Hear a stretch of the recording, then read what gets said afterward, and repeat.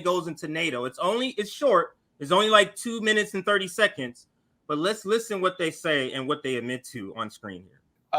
Elise, we have the Secretary of State who yesterday was in Oslo meeting with the foreign ministers there, talking about, again, NATO, strengthening the bonds of NATO, strengthening this historic alliance, talking about pushing back against Russia's aggression and Russia's invasion. And this morning, Secretary of State Antony Blinken is in Helsinki. And if you just look at that map, he's in Helsinki in a country that's been historically at war with Russia, had an uneasy relationship with them. They've got, 600, 800 miles of border with Russia. And I think for Putin, Now, let me pause it here. Now, you tell me, just looking at this map here, let's wait for it to go full screen. Look at all of the green and look at Russia. And you're trying, and NATO has convinced the world they aren't offensive. How is that? Look at this. Look at this. Putin's the aggressor. Yeah, How dare you? How dare you, And sir? the thing is, the two in the blue, Sweden would be in NATO. That would also be green if it wasn't for Turkey.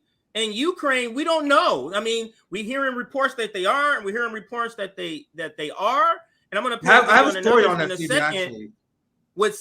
Hopefully I'm not stepping on. I was going to play Zelensky saying, "Please, please CJ, let us into that NATO." works perfectly. No, CJ, Okay. this is why this show works. We on the same page. So I have something that actually works with that because I have a story on how NATO is divided on Ukraine membership. And now, and this may be part of Zelensky's speech. I read most of my news, so I saw a part where Zelensky said we need to surround Russia on all sides with NATO. Like, what? After Zelensky says that, why will Russia feel threatened by the West? Oh my God, can't imagine. He's paranoid, obviously. Putin's just paranoid.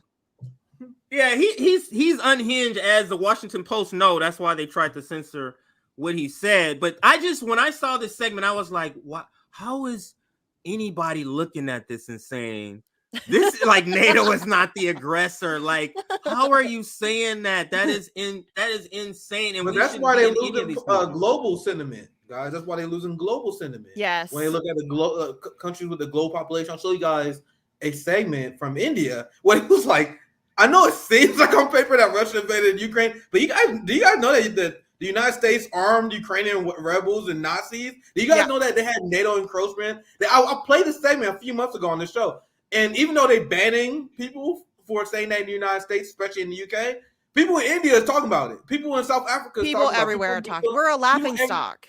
We are a laughing stock. I mean, 100%. The only people not allowed to question are people in the UK, the people in the United States, people who are cut to the United States. But anyway, go ahead, CJ. I'll rewind it 15 seconds and then let it play through. Like I said, it's only like 2 minutes and 15 seconds, 30 seconds. So let's listen. In a country that's been historically at war with Russia, had an uneasy relationship with them. They've got, 600, 800 miles of border with Russia. And I think for Putin, what's most galling, it's a country that's like 2 hours away by car from St. Petersburg, from where he was born and where he grew up. But as Admiral Stavridis said, you look at Sweden, you look at Finland, you look at Estonia, Latvia, NATO is in the process of turning the Baltic Sea into a NATO lake. It's pretty extraordinary. And this morning, the Baltic Sea into the NATO lake, and it's pretty extraordinary. He's saying it like this is this grand scheme, like he should be going like this with his beard. You know what I'm saying? Like this is insane to me. This is insane. As knowing who NATO is. As explained before on the show, for the shitlibs listening who don't know, NATO stands for the North Atlantic Treaty Organization. Why the fuck they're in the Baltic Sea?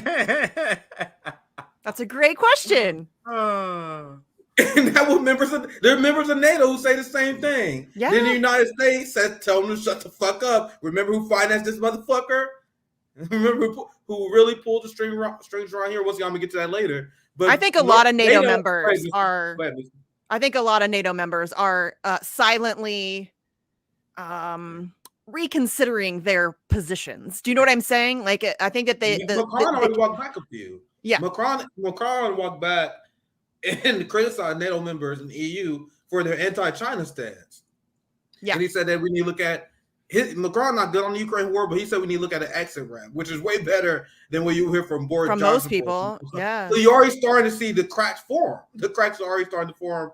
But Misty, go ahead, or CJ, you can go ahead. No, go ahead, CJ. NATO is essentially that friend. Yeah, I mean, I'll tell this story. You ever have a friend that's like, hey, can you come with me as backup? Yeah, this homeboy, yeah, I just want to get bothered. And then NATO's the one who asks you to come help them as backup. Hey, no big trouble. I just want to make sure nothing happened. And then they show up with a 12 gauge. That's who NATO is. Like they tell you that it's nothing. I'm just gonna go talk to the guy. Then they show up with all this armor at the fight. They're telling you it's just gonna be a talk. And that's essentially what these NATO allies are now saying. Like, wait a minute, man.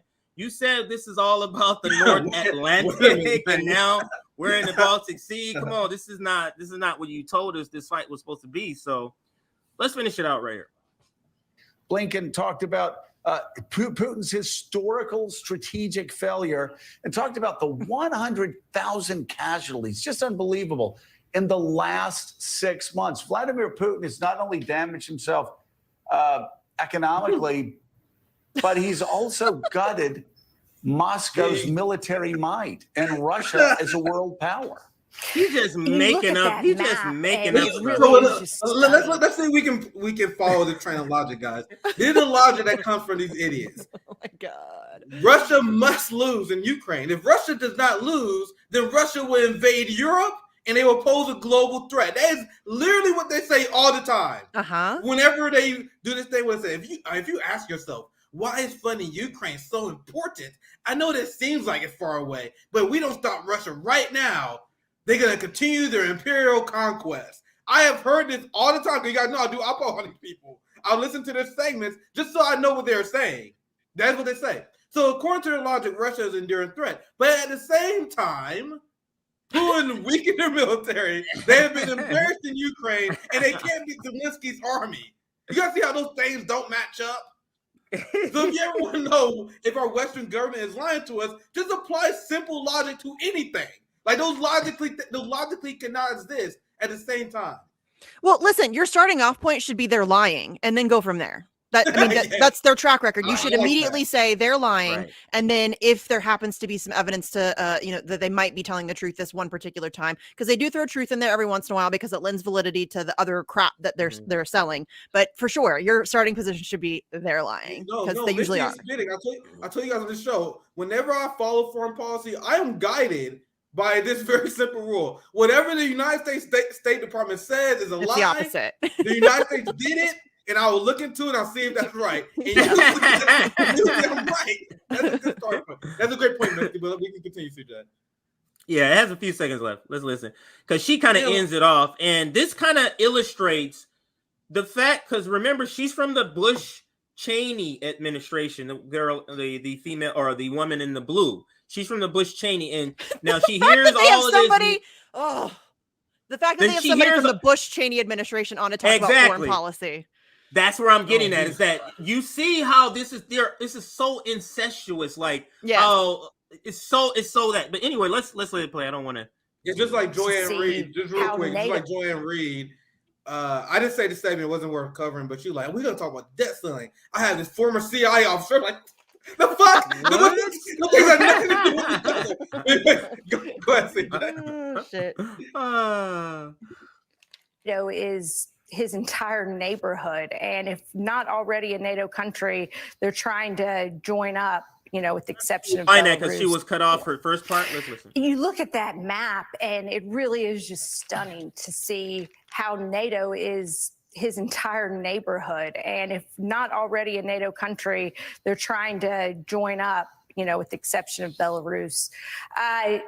I just do, though. I'm excited that later in the show we have Corey Shockey coming on to discuss her important new article, because I think it's a pretty important time in the debate over the Ukraine war, because we can continue and keep getting bogged down and putting more money, putting more weapons, prolonging the violence, or we can try to push for negotiations. And so it's going to be interesting to see how this proceeds over the next few months. I'd be really surprised if we didn't see some move toward negotiations after the so-called spring offensive takes place, and we'll see what the impact. After we spend some money on some weapons, we'll see. They know that the lifespan of this war is a lot of people that are coming together that would not necessarily be teamed together against this war. You see RFK, some of the reasons why people even like him. We're going to talk about him why we don't like him, but some of the reasons people do like him is because of things like the war. Like they know the writing on the wall, the support is going down. They know the writing on the wall. Europe is in recession. The people over there is like, fuck this shit. And, NATO protests.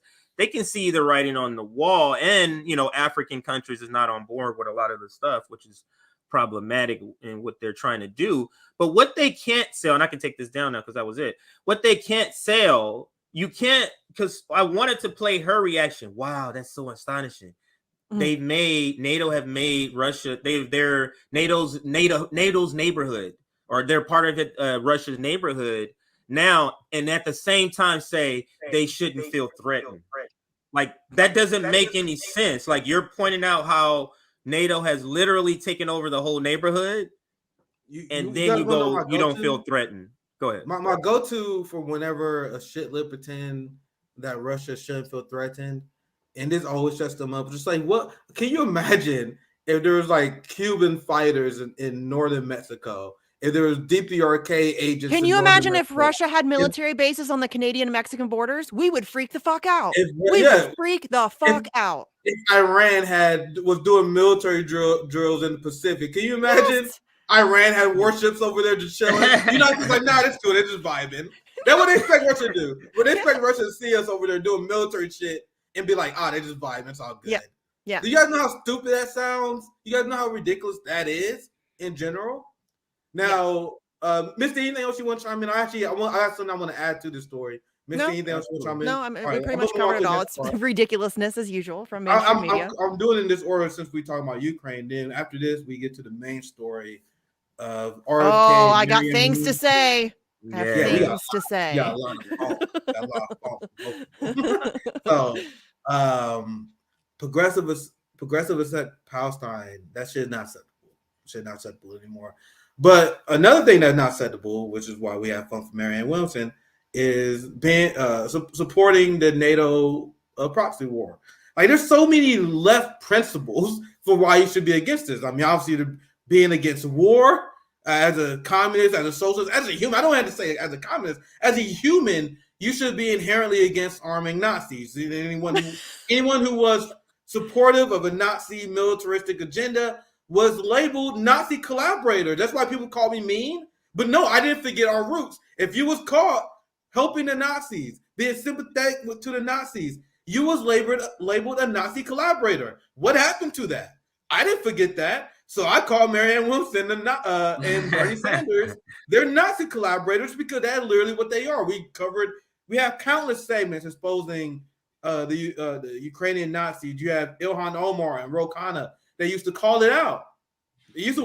Back when in 2018, 2019, Ro Khanna and Ilhan Omar used to tweet about it. Like, everybody did, Nick. Nazis in Ukraine. Everybody did. There were mainstream media articles about the Nazi presence in the Ukrainian military, and there was, I mean, seriously, it was a common thing. It was common knowledge before the invasion. So ridiculous. If they want to attend our mutual aid events, if they want to help the working class out, that's great. But I want people to know we got all the fun for the NATO left. like I call them Nazi collaborators because I don't care if they cancel me, because they have crossed the line in funding war and supporting Nazis. As a leftist, as a communist, as a black man, as a human, that is crossing so many red lines for me.